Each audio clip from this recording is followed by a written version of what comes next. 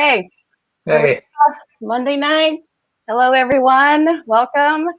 This is our Epic Mondays discussing So You Want to Talk About Race by Ijeoma Oluo. Leticia Garza here, hosting this space with Epic Consulting, and I have Richard and Bill, both from Bakersfield College, joining us for this conversation. We've all read, and we're tackling these topics the best way we know how, and then, of course, we have guests that help illuminate our path a little bit, and maybe put our thoughts in better focus and share their experiences. So we'll spend the first few minutes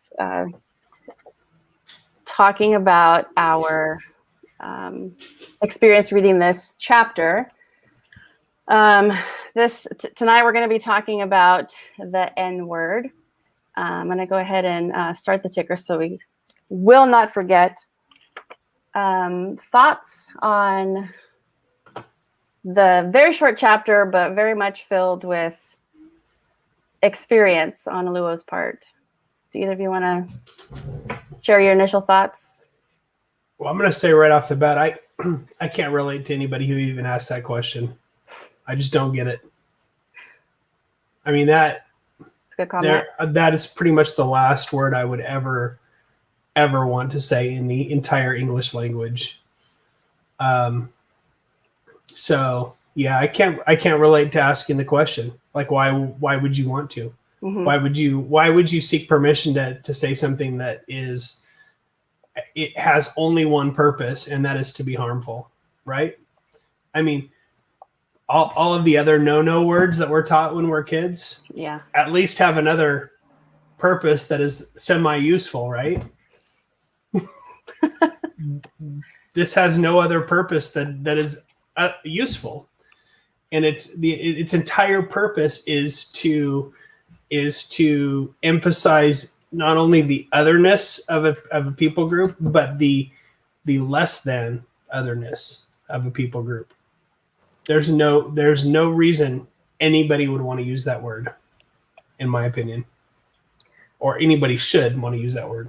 So one of the first things that I wanted to talk about was the experience that Oluo shares that she and her brother had visiting friends. Since Bill kind of tackled, I mean, I don't know how much more we can add specifically to what Bill said, because I think our reactions are very similar. Signing off. Thank you. All right. Bye. That was a quick one. Richard, do you want to maybe react a little bit to that childhood experience that she shared? I think, I did. It made me sick to my stomach when I read that part of the chapter. But it does remind me of, like, Bill was saying, the question is, why would anybody want to use that word? And I totally agree.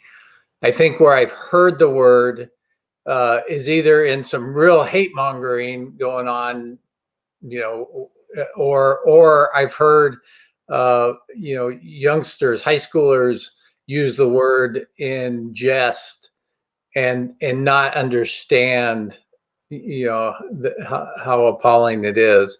And I mean, my own children, little Richard, for example, when he was into rap and that kind of music, it did not understand why he couldn't use that word, and to pull out all the hatred and the intentional pain that was inflicted by the use of that word, and trying to get him to understand. He still wanted to sort of minimize his use, like, my friends use it, and so when I read that story, though, the intent of the word and these kids on the school bus was to hurt somebody, or have a great laugh at their expense. And how it changed the friendship that they had when they first got down there visiting. and running around in the woods, and how quickly that all changed. And and then the mom's reaction, like it was obvious something was wrong. The way she handled it was really insane. Yeah, that really, it made me call back. I recalled in the chapter about the 5-year-old that assaulted the teachers and staff, right? No one asked the kid if he was okay or if he needed anything. You're just assuming that whatever you know is the right thing. So that person who had custody of those kids for however long they were there didn't take the time to say, okay, something's not right, and then to really ask or to press or to not, at the very least, not jump to ungrateful, poorly raised, lazy, entitled. Like, why is an adult name calling children, right? Well, because they didn't look like her kids. I mean, that's how I saw it. So the adult in the room blew it for everyone. Okay, so before we move on to the other topics, I want to go ahead and bring our guests on. And first, we're going to start with Mr. London, because he's been here before. Hello, sir. Hey, everybody. Welcome. What's up? Welcome. And then we are going to have someone new to the group, and I appreciate her joining us. This is Dr. Dixon. Thank you so much for joining us. Everyone. Hi, thank you for having me. This is going to be great. I'm excited to be here. Now I'm going to put you on the spot just a little bit. London's been with us, so hopefully, all our fans know who he is and all that. Dr. Dixon, will you please sort of share what you do and educate us on that a little bit? Sure. I am a pastoral counselor. I counsel people from various walks of life, and I use biblical principles, but mostly I just talk about regular things to help people to come in great self-awareness and healing. I'm also a clinical chaplain intern at Adventist Health. I haven't been doing my chaplaincy because of the pandemic. And so I love that I'm here because most of my conversations recently have been around race. And so I've been helping to educate and having those healing conversations to bring awareness, but also bring connection. Awesome. Okay, we've got just a quick hello from Sally. Thanks for joining us, Sally. Hi, Sally. Okay, let me go back to this real quick. Okay, so would either of you, London or Dr. Dixon, want to talk a little bit about this experience? If you haven't read the book, or if it's been a while since you've read the book, it's I don't know if you could gather from what we were saying, the experience of, the author and her brother being called the N-word by a bus full of kids when they're walking their friends to the bus stop, and then not being able to share with that mother who was taking care of them for that week what had happened, and the relationship shifts completely, and no one ever really finds out why. Either of you want to share? Sure, I will.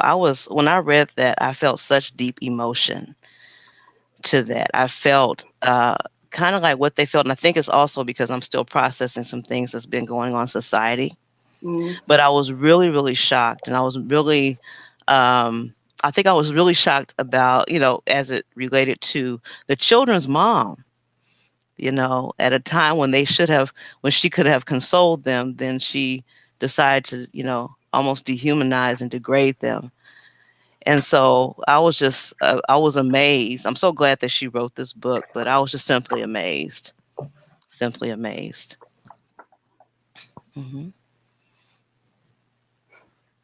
London, do you want to share? Yeah, I think just from going over it, it made me think about not even well, my own childhood, and dealing with that and hearing that word, and I remember back in the 80s, driving through Texas and not being allowed to use the restroom because of the color of my skin. But to be honest with you, the first time I was ever called the N-word was in 1994 when I set foot on campus at Utah State University, and a truck full of folks drove right past us and yelled out, "Niggers go home." And I remember that like it was yesterday, because that was the first time I ever experienced it. And I'll be honest with you again, the last time I ever was called a nigger was last week. And this was, this was on, on a traffic stop. So, it words hurt, big time. They do. And I think, now with what we're seeing in society, it's almost like it's been deemed okay to talk to people this way now. It seemed that before it was kind of low key and undercover, but now it's all up in your face. And how to navigate through a time where this is what's being done, and this is turning into people's norms, because folks are just trying to push buttons.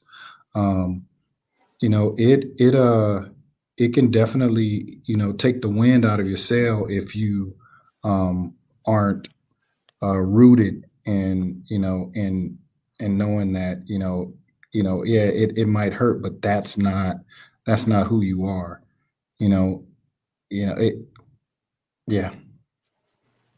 This this kind of leads into the next the quote that I wanted to pull from the book, because it seems like I think a lot of people are saying it seems like it's more out in the open these days. But do you think that maybe it has a lot to do with, I don't know if it's the lack of education, maybe the way people, I don't want to say the way people are raised, because I feel like it's a problem in education also.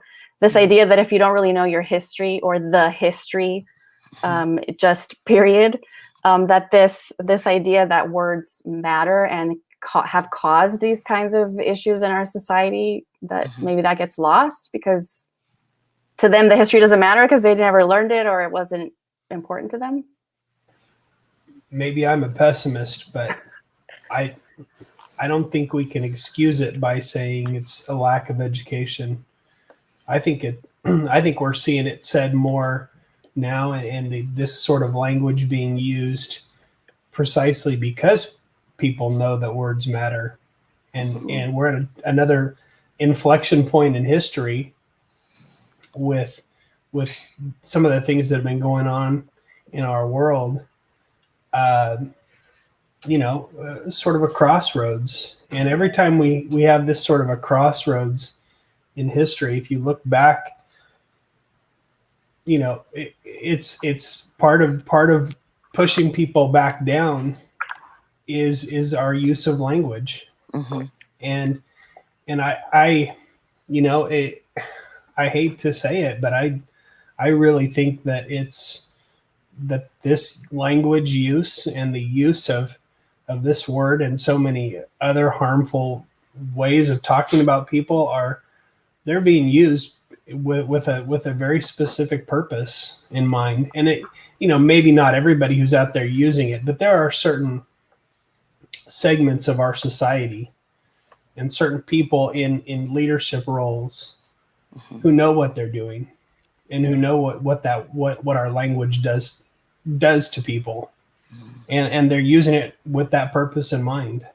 And I wish I didn't believe that, but I do. And the more I read about systemic racism and all of the different components involved, the more resolute I am in that belief. Yeah. Yeah, it's the history. As you were talking, I was thinking about all of the civil rights documents that I've seen where I saw men wearing the placards that said, "I'm a man," and they were fighting for their dignity because that word, the N word, was used so harmfully as people were being hung and lynched. And so sometimes we may not even hear the word, but it's how a person is treated. Maybe tried to be, some people are treated in such a dehumanizing way. So we have to be responsible with our language. I often think about rappers. I like rap music, but there's some rap lyrics I can't listen to because of that word. It's, people throw it around so cautiously, but words, like it has been said, words do hurt. And sometimes people are defined, of course, by what they hear. So if they keep hearing a certain thing, they'll take on the identity of a thing. We have to be responsible and take time to teach others about language, about words, and understand that they're not who they have been called. Years ago, just real quick, I had a boss who told me he didn't like me. He was a man of a different race. And I began to walk in love. But he, at the end of like 6 or 7 months, he told me he didn't like me and he tried to treat me in a bad way. It's because there were people like me who treated him in a bad way. So he was responding out of his own pain. So that's where my education did not come with me speaking, is how I responded in my actions. So we don't always have to teach with our words. It's how we respond when we show up. Okay, so we need a whole separate workshop that Dr. Dixon is going to lead. Okay. For real. Okay, forget this conversation. We're going to move into another room. Bill, did you want to add something? No, I just was signing up for the workshop. Okay. Yeah. Sign me up. Okay. Here too. Yeah. Okay. No, I mean, that it makes a difference. I think that if we're going to pull away from, it's not about education, maybe it's ignorance, maybe it's a willful ignorance. Maybe that's a little bit of the difference that people do know, but they're choosing either to ignore or to cause harm intentionally, knowing what they know. Yeah, it seems like it gives people, once you dehumanize someone and you use that word to dehumanize someone, it's like it gives someone permission to treat someone in a negative way. Right. And that way it's so backwards, but it's almost like, well, you're not really human anyway. Mm-hmm. So I really don't have to respect you in that light. Everything that, I don't have to treat you like I treat everybody else because you're this. And, so because you're this, it's like my value goes down because of that, and it is terrible, because it's something that I believe is taught in the home, because of where people have been raised. It is refusal to learn the truth, because people like to stay in the past because that's where they're comfortable. And then instead of trying to break out of that and learning the truth, they'd rather be there in that place, because there's no accountability there. I've had coworkers come up to me and say, "Oh yeah, guess what? I was called an N while I was out there," and then I turned around and said, "I'm not Black." And I was like, wow. Like, how do you just associate that word, with Black people? But it's because that's what the norm has been. Mm-hmm. And instead of trying to break out of that, they accept it and they live their lives believing those lies. And so, we continue this same, down the same, slippery slope, no matter what, because no one is willing to say, okay, stop. Like, let's really talk about this and let's really fix this problem. It's like we're okay with it. People tend to be okay with it. And I think that's that's what it's doing to, exactly tear up, society. We have a question from the audience. Sally wants to know how we feel about music artists using the word. I mean, we've brought up rap a couple of times already. So, I mean, this is an age-old question, isn't it? When this language is used in art, any kind of art, images, words. Do we have feelings about this? Anyone wants to share? It makes me uncomfortable. Yeah. It makes me uncomfortable. I'm not gonna lie. If there's a song that I really like and has that, I will skip that word when I'm singing along. But honestly, as a white guy with a certain level of cultural ignorance, I will say that I feel like there is a cultural nuance that maybe I just don't understand in the use of that word by people of color. That maybe it's, and it just, if I can use my imagination a little bit, maybe it is a means of empowerment and taking ownership of something that has hurt you in the past or has been used in a harmful way. And in that respect, I can understand it. I'll never be comfortable with it. Because it just, to me, that's, like I said, that's probably the worst word I can imagine. I can't think of anything worse. So I would never use that word because as any time a white person uses that word, and that's, there's no reason a white person should want to use that word or should use that word. But if I was black and I was making a statement about owning that word, about, this word doesn't belong to you anymore because I own that word.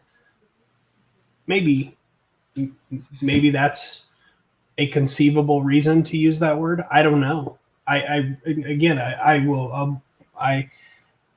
Those that know me know that I'm always first in line to speak of my own ignorance. And this is one of those times. I don't know. I don't understand it. I personally feel uncomfortable with it. But like I said, I could imagine a scenario maybe where it's a means of self-empowerment or ownership over something, and basically saying, I'm going to take that away from you. I'm going to own that word instead of letting you own that word. Which, maybe that's a good thing. I don't know. Yeah, I don't care for I love artists. I love how they come with great lyrics, and I was thinking about Kendrick Lamar and all these great people, but I don't care for the artists using the N-word because I think of years and decades of my people trying to struggle, like I said, for dignity and honor, and when I hear that word, it seems like that's bringing us down and not lifting us up. And I know amongst some people that I know, sometimes that word is used as a term of endearment. It's weird, but it's a part of conditioning in the thought process. So I'm not for it. I'm all about music that uplifts us, that binds us together. I think Bob Marley said it best. Let's get together and be all right. Let's do that. Let's not call each other that word, because all of us have experienced some oppression in some form or fashion. We need to have lyrics that are uplifting and healing. Yeah. No, I totally agree with both of you. I grew up on Tupac and Biggie, and it's like that's what you heard, and it is true. It's like they took it as a word that we're taking it back from the man and using it as a term of endearment or a term to empower one another. But then it's still that slippery slope and that kind of that two-edged sword. It's like, because you still allowing folks to call you that, and then when you mess up, guess what? They still call you that. So It's like, dang, like, why don't we just escape that whole thing, you know, and get away from it so that they don't have anything to call us, you know? And so, I'll be the first one to admit, yeah, I was rapping with the best of them. I didn't have lyrics of my own. I was getting from Tupac and Biggie, but I like Tupac. Yeah, right. Seriously. Right. But when the more and more you realize it's just like it gave folks, it gave folks the ammo that they wanted, especially when they saw blacks in negative light. And they would say, basically, yeah, we told you they're just a bunch of ends. They call themselves a bunch of ends. This is exactly who they are. So, trying to rise above that, is definitely necessary. And so it makes you start looking at it like, I don't want to be called that. I'm cool, That makes sense. This next idea that I pulled from the chapter, to make injustice and oppression palatable, we come up with new words to distance ourselves from the realities of the harm we are perpetuating on others.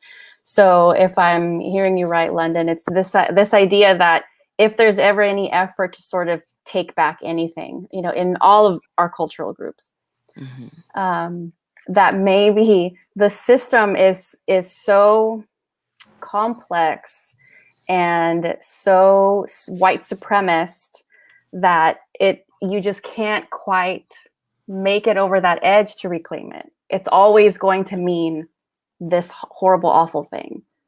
But I don't know if that's what you meant, but that's sort of how I'm looking, especially with this quote, is this idea that it's too big.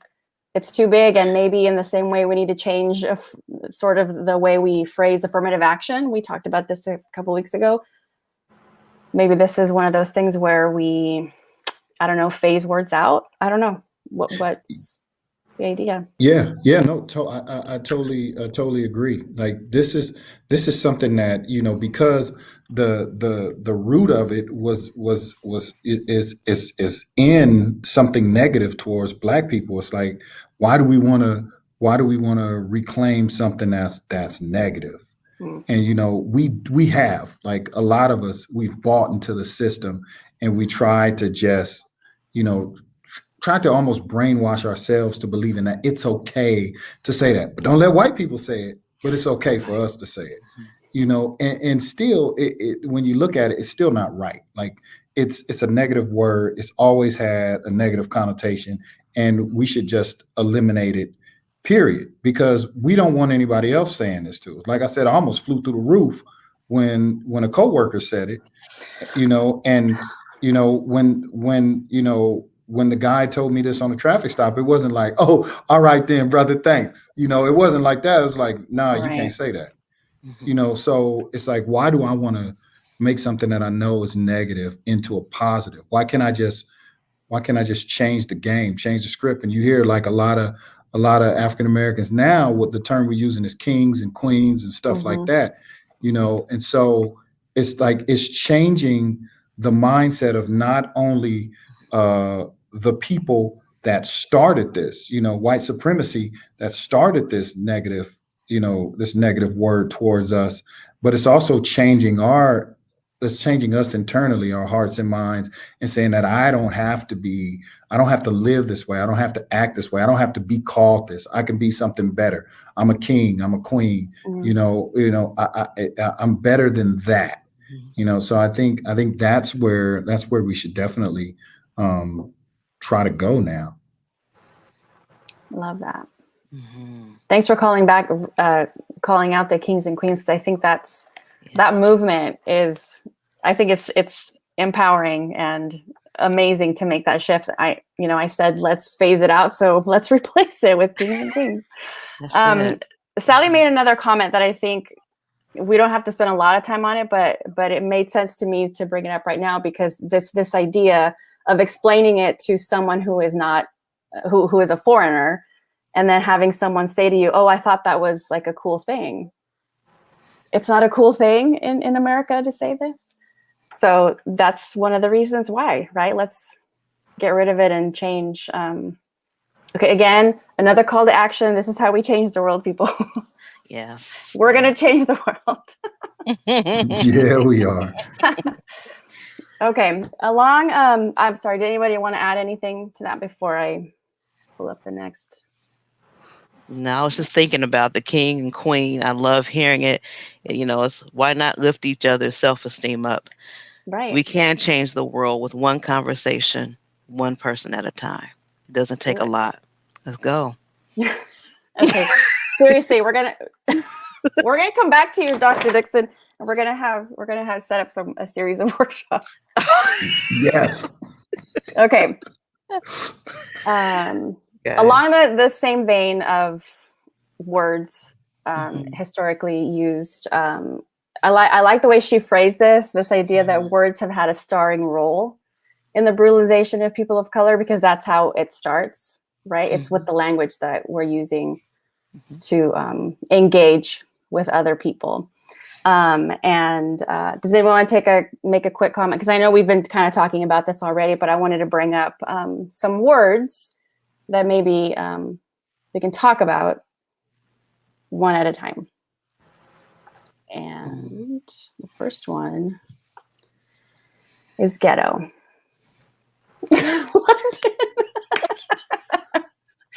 You have thoughts. I dropped my book.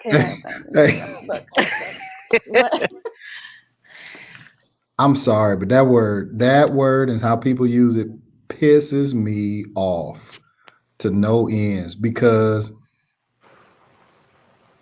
they always attribute it to Black and brown folks. Mm-hmm. And if something, like whether you say something, whether like the kind of car you drive, or like whatever it is you do, it's ghetto. Oh, that's so ghetto. Mm-hmm. Oh, that place was ghetto. It's like, do you know the history of ghetto? Right. Like, do you know where ghetto started? No, they don't. But they attribute it to the communities that we live in. They attribute it to our people, and they don't have a clue. And that would probably be on like my top 10 pet peeves. That one right there, because they use it and they don't know where it came from.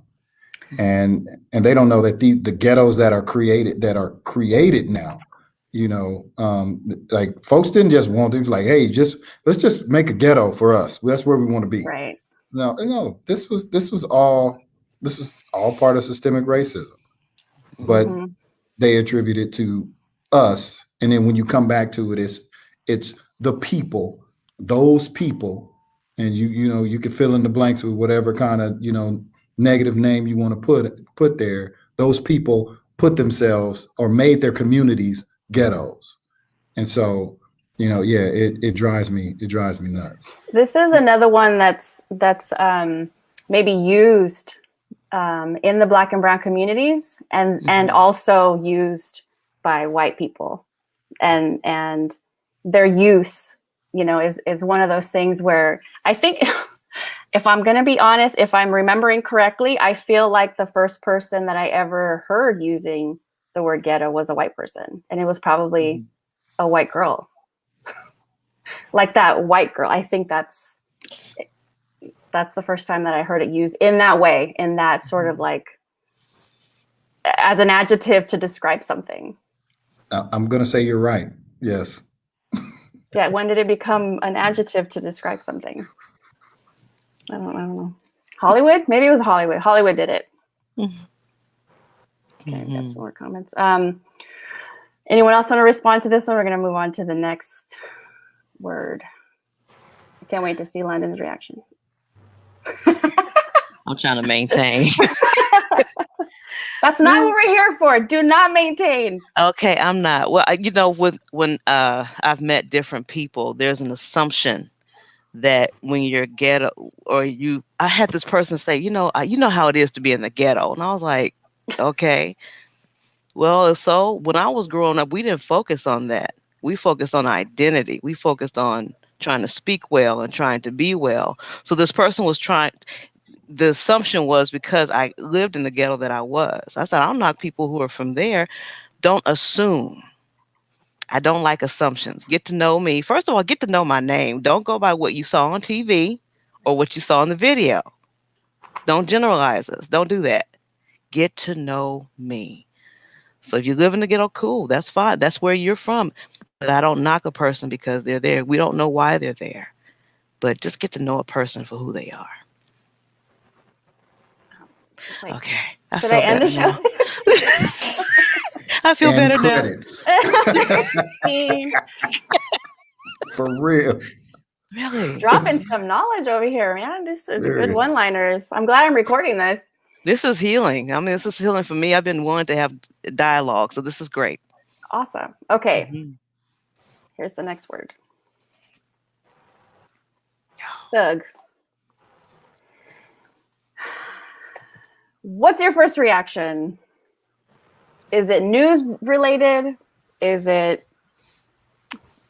political? Is it movie, TV shows? Like what's that initial reaction? It's just another dehumanizing label. We can make people something other than human, then it's easier to turn people against them, to turn public opinion, to pass legislation. You know, so I mean, that's what we're doing here. Yeah, I don't. This is another one of those. It's like tired of hearing it. Maybe. Yeah, it's worn out, and then some. Everything that has to do with a life of crime or black and brown people who maybe it looks like maybe they did something. It's like automatically this word is just exists. Well, this is the counterpoint to the phrase "law and order," right? I mean, the phrase "law and order" has been used by white male America to keep people in check and pass legislation and make sure that our system of white supremacy has stayed in place for years and years and years. Law and order, law and order. I mean, you heard our former president say that over and over and over. I've heard it come from people I know, from their mouth, who supported that idea. And how can you argue against law and order? Law and order. Who doesn't want that, right? But these are the same people that are saying we need law and order to protect us from the thugs. And so it's our languages. Yeah. The language isn't the cause, but the language is a tool that's being used to keep things, to keep the system very stable. Let's just say that. We want to keep our privilege. We want to keep our advantage, and we're going to use language to maintain that system. Yeah, no, I agree, because I've never heard media, anybody call a white kid that shoots up a school a thug. Nope. Right. He's a disturbed young man. Disturbed young man. He had a He's bad very day. upset. He had a bad day, right? Yep. Had a bad day. Not a thug. He ain't a thug though. No, that's not who he is. No. That's just what he did. No. Yeah. So. Yeah, when they're white, it's love the sin or hate the sin, right? Yeah. Oh yeah. But when you're black, you're a thug. That's who you are. Yep. Yeah. It's powerful, gentlemen. Very powerful. And I've heard that. I often think about fashion. Just because a person may like a fashion trend doesn't mean that they're a thug. They just like fashion. There we go with the labeling again, the minimizing, and that's unfortunate. Yeah, I agree. I agree with you too, gentlemen. Oluo was careful or adamant in her not going into detail about other words, because she was, we're already talking about the N-word. So like, we don't have to keep pulling up all this other language. But I had shared with you these other two, because I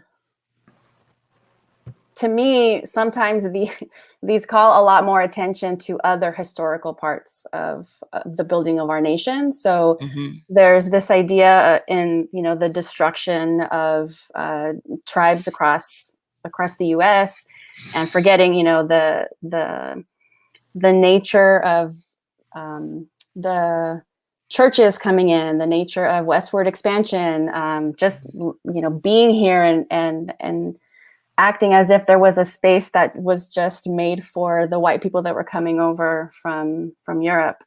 But I'm going to put the words up there, even though they bother me, because I think, it's uncomfortable.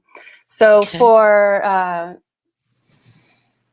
my people, even though I was born here, but my family came from Mexico, my mom's side of the family, my dad, both, even though my dad was born in Texas, his family lived on the border. So we always say that like half the kids were, as they migrated back and forth, that, some of them were born in the US and some of them were born in Mexico.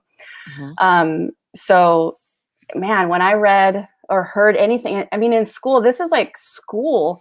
I'm learning about these kinds of stereotypes that I didn't grow up knowing in my own house. Like, what is this?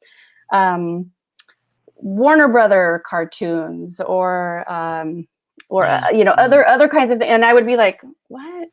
Why are they acting like that? Or why are they saying that? Or why does that guy always have a sombrero on? Or why is that figure always asleep under the tree like that? I mean, my little brain couldn't comprehend what that meant. And my parents weren't explaining that to me because they were either ignoring it or it wasn't something we were encountering on a regular basis. Living in rural California, I was not encountering that, but I felt it. Like I felt there was something like, what's that joke that they're talking about in that sitcom? What does that mean? Mm-hmm. So to me, this word always, because I mean, I feel this need to defend myself, but that's insane. Okay. Like my family's not lazy. Mm-hmm. So that it's still to this day, this word triggers me because of that. And then savage. I don't like that word. I can't. Mm-hmm. I don't like the word. And this is used historically across, right, to describe every possible group that was not Christian, controlled politically, whatever. This was the word. So words are powerful. And then we have to acknowledge that white people have inherited, whatever privilege they have because of these words. These words make some of that privilege, all of that privilege possible. Mm-hmm. That's the purpose of some of these words. Yeah. I was going to try to pull up a meme that I had found. I can't figure out how to do it without totally screwing up my screen. But it was a comment about the system being created in such a way that with these words, and then everyone feeling marginalized or white supremacy being the ruling law of the land, but then constantly being told that those words that are being used against you don't mean what you think they mean, and why are we making it about race when the system was built on race and built on those words? Why are we always making it about race? And it's like, what? There's nothing else. That is the thing. But how do you get around that? It's like this circle, right? Well, I think Oluo would say that that not only is it about race, but it's about we pretend that it's not about race, so that well-meaning white people can continue thinking that the reason that we make more money and are incarcerated less, and it's because we're better people. It's not because of there's no system here. We're just better. We work harder, on and on and on.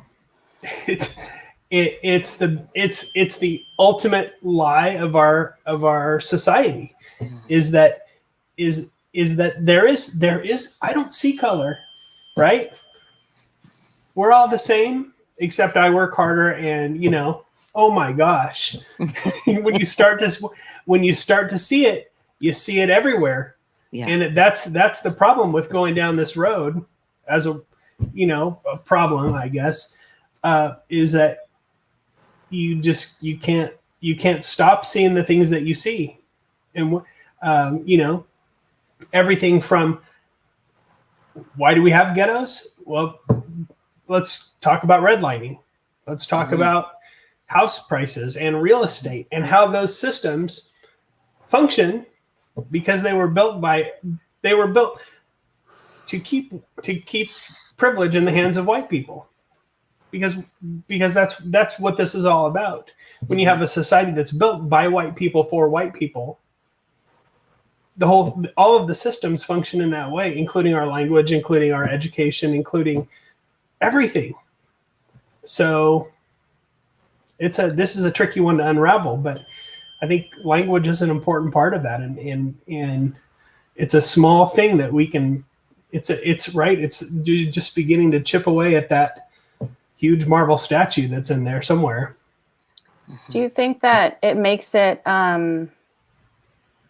easier for people to dismiss if we say that part of the system is because of the language, that people can dismiss it because it's just words? Do you think it makes it easier for those people to ignore it when we fight for this change? They're just words. Why are you complaining?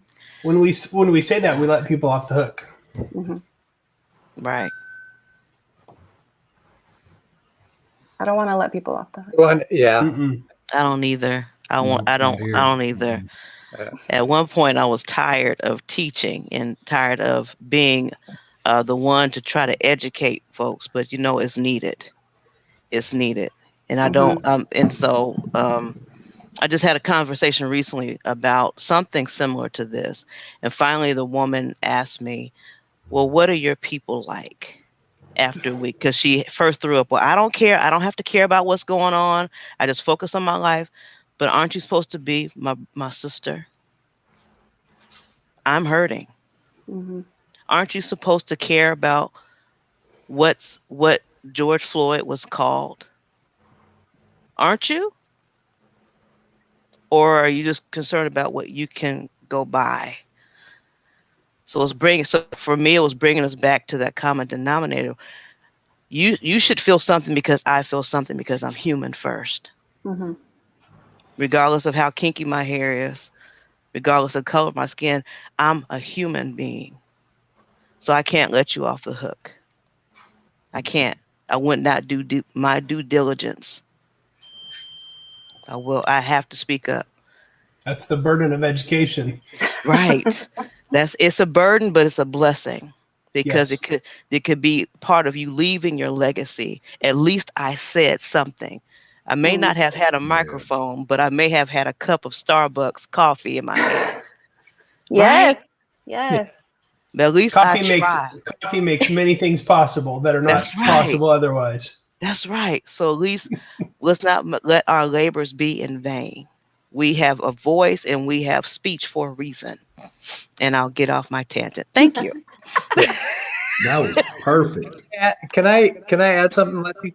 No, you got to wait for a second. You got to let this sink in. Yeah. Yes. Okay, Richard, you can talk. He waited very patiently. It was good job, Richard. You get a treat. I'm fascinated because the words that were used is I with the exception of lazy, I think I've called my kids lazy, and I have Kids to. are lazy. Yeah. I call my kid lazy. It's not the same.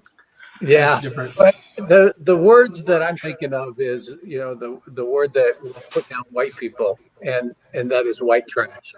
I've thought about this long and hard and what that means, and the anger that it stirs up, not in defense of white people, but in the defense that you assume that if you're not white and you're not, or if you are white and you're not performing up to the white supremacist standards, then you're white trash. And so you just blanketly insult and demean all kinds of different people that have a lot of value.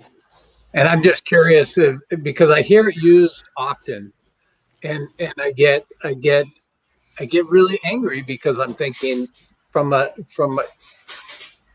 white person's standpoint, the word doesn't really hurt me all that much. But if you really think about what somebody is saying when they say, "Oh, they're white trash," you know, and anyway, I'm just curious what your thoughts are on that. Well, anytime you're referring to human beings as trash, and then this idea also the way that ghetto is used, it's almost like it's an adjective, right? That it's an adjective that becomes like a cool way to describe, like in conversation. To me, that it goes in that direction also. But it isn't. The images that come up in my mind, they're so prejudicial. I mean, it's horrible, you know, what those words invoke. Yeah. And so I see what you're saying about how it can be so hurtful and infuriating to hear people called that. And then what's the context? Hate to say it, but I don't think it's the same. White trash. Oh, I'm not saying it's the same. Still we're white, just talking about like words. I mean, using trash to describe anybody. True. I mean, you're basically calling everyone trash. All of the words that we talked about is, you know, you're saying that the people are not people. That they are trash. Keep in mind, I'm speaking as somebody who spent a good part of their growing up years living in a trailer park. So I feel like this is finally a subject where I can have some authority. Okay. Speaking of white trash. No. Oh my goodness. This guy. No, you know, I agree. We shouldn't be using that kind of language to label anybody. Mm-hmm. I agree. It's all bad. Is it? But I don't think it's the same. That's. I think that's where I would come down on that subject. Yeah. Don't say that. But I think not cool. My question is then you're assuming, you know, that if a white person's not performing up to the white standard, then they're white trash. And what does that make everybody outside of the white race? And that's where I think that's where my anger comes from. Not so much that it's calling a white person white trash, but more so that it's assuming that all other races aren't as superior. It's a white supremacist statement in that you're stating that you know all white people are superior. So why are you in a trailer park? You know, and it's just another other words when you start to bring all these words together, because it comes down to you know, assuming that white people are superior, and it's just a horrible. You know, and people say these things all the time. You know, you know, the president, our last president, said these kinds of words all the time, and you know, I don't know. It is such a battle, and so when the N-word is used by musicians, even white musicians. Sometimes, you know, like Eminem, and it just, I do think that we have to. It makes me also feel really uncomfortable, and I do think we need to step back and start evaluating as individuals in trying to change all this, because it's extremely painful for a lot of people, and I don't know. Well, that kind of goes back to what Dr. Dixon was saying about we're human first. And that kind of leads into this idea, Richard, what you're saying about, okay, so why would a well-meaning white person want to say these words in the first place? Right. Any of them.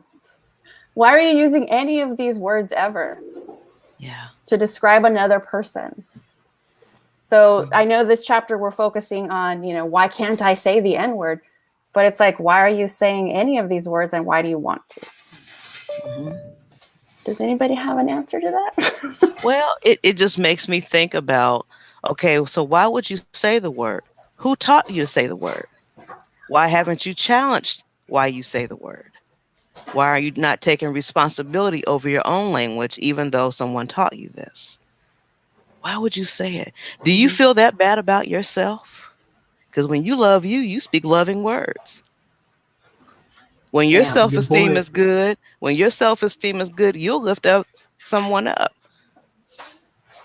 And bottom line, another question would be, who hurt you?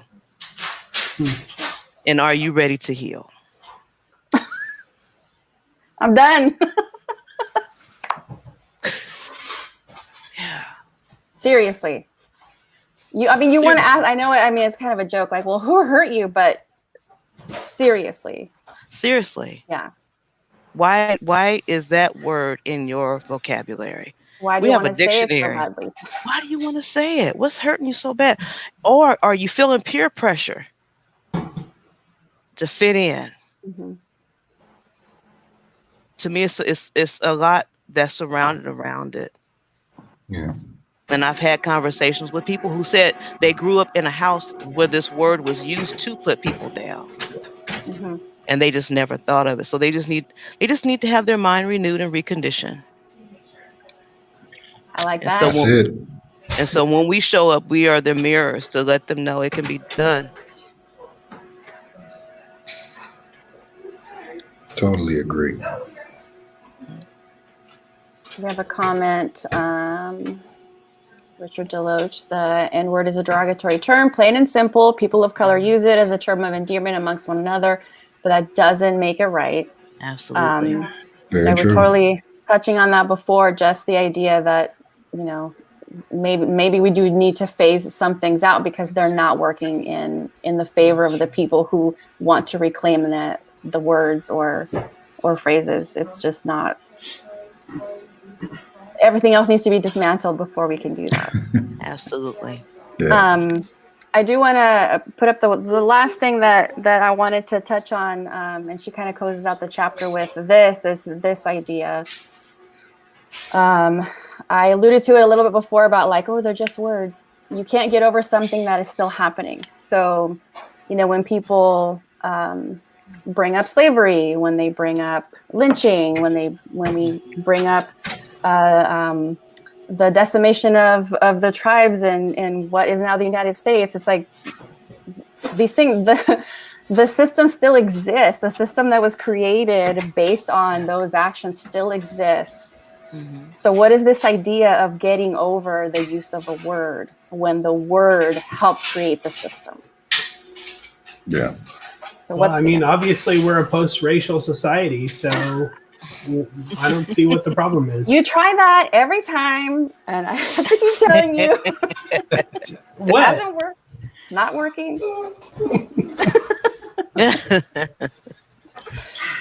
I love, it's plain and simple. I think we all have these conversations, but she says, look, I can't get over this. It's still happening. So stop telling us to get over these things. Yeah. No, we need to do the opposite of get over it. Mm-hmm. Yeah. Right. No, we haven't dealt with it.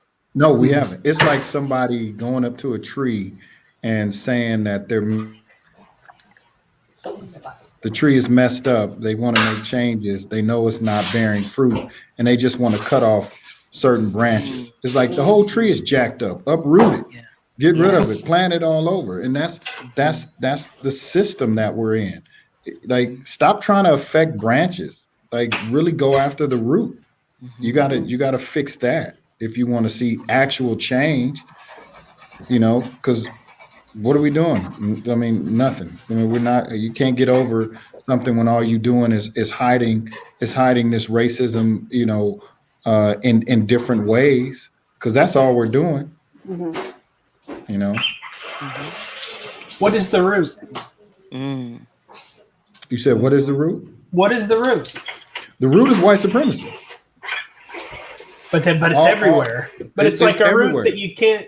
It's an invasive species. It's like having your house invaded by cockroaches. You need to tent the whole thing.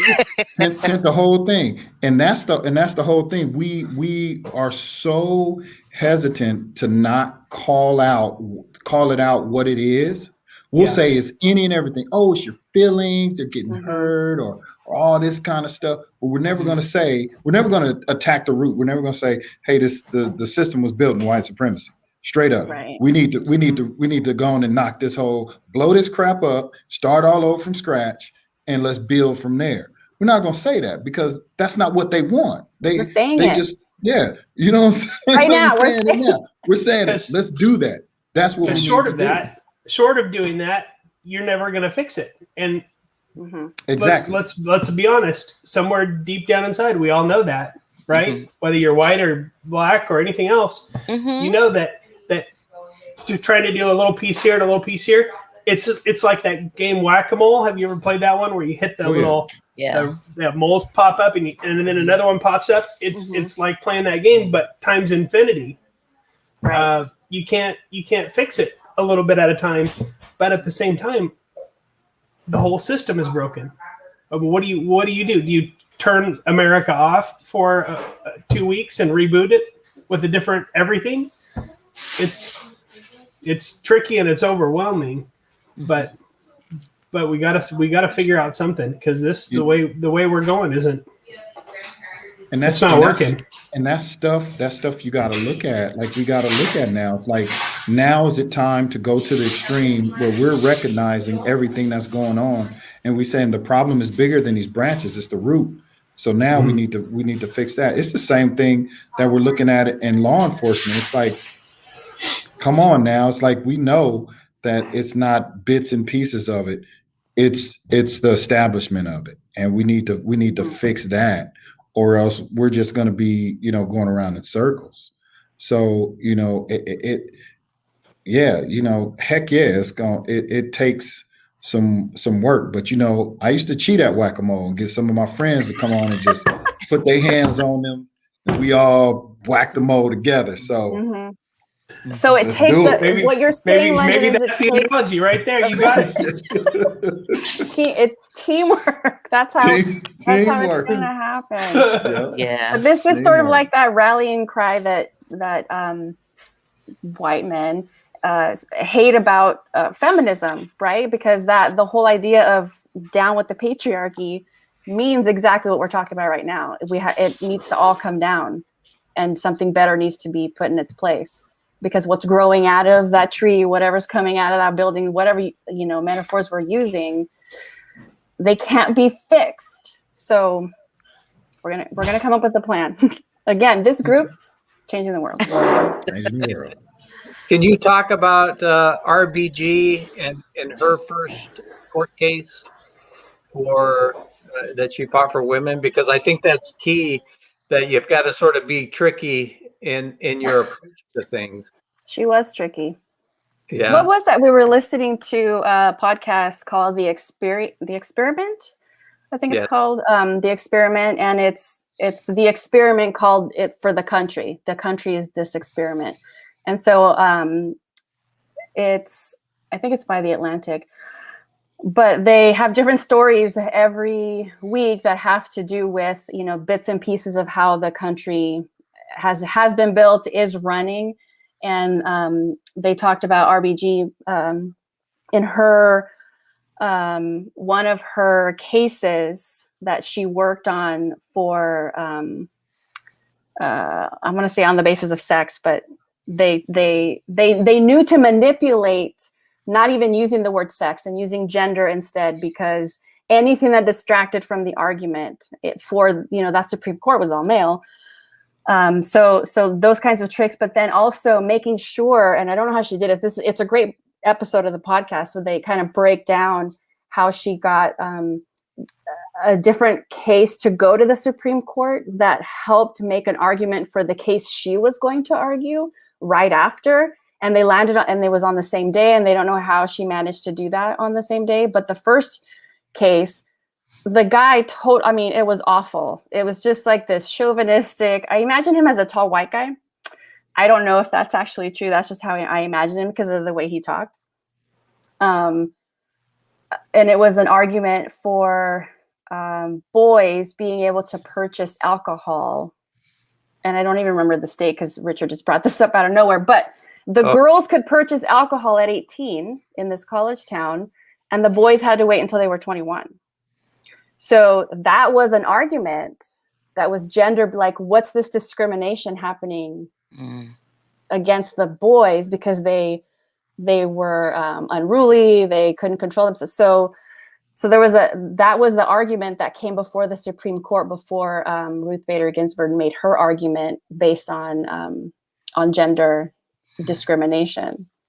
And so there's I understand what you're going with that thought, Richard, is this idea that little by little we have to be able to outsmart the system. It shouldn't have to be that hard. But if we're going to tear it all down, I guess, like London grabbing his friends to help him whack all the moles. That's it.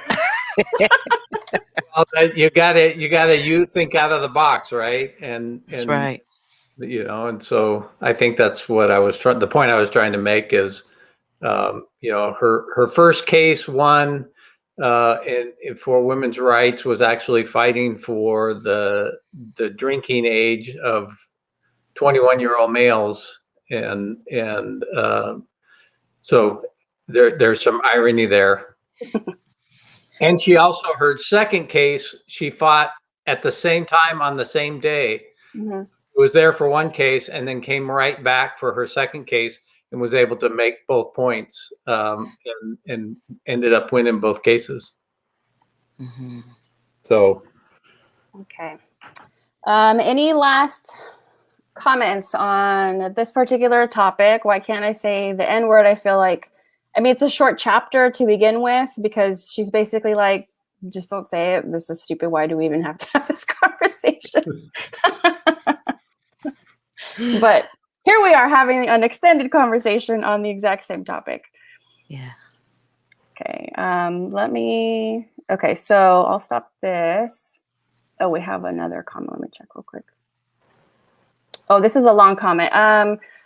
Richard Deloach, we're over time a little bit, but he says the N-word is something that is taught, not born. He's from Philly, routinely called the N-word by his neighbor, and then called the N-word by his young son over a parking space. So it's like London at a traffic light. It's like every day, all the time, consistently used. As bad as this made me, at the time I knew this person's son didn't learn that word by himself. Yeah. It's that tree, that racist, white supremacist tree. Yeah. Okay, next week, as a heads up, on May 3rd, chapter 10 is what is cultural appropriation? Another great topic. So everyone, please join us for that conversation. I want to remind everyone, it always, to me, feels like I'm bringing it out of left field, but April is Sexual Assault Awareness Month. Mm-hmm. Please check it out. Check the hashtags, find resources. You know, if you probably know someone, if you don't know that you know someone, you know, try to be supportive, listen, believe people when they tell you that these things are happening. Donate wherever you can, and be aware and be supportive. So Yep. the end of that. I'm running out of light. Can you guys see? I see that. The sunset. I'm running out of light. I don't have my light right now. All right, so it's probably a good time that we're closing out the day before I completely disappear into the darkness. Thank you so much, Dr. Dixon in London, for joining us for this conversation. I can't wait to have you guys back. Thank you to everyone who joined us and commented. And Richard and Bill, thank you for being vulnerable and sharing your thoughts. Because I know it's not easy to also be in your space. Yeah. Thank you. And thank you, everybody. See you next week. Thank you. Okay. London. Bye-bye.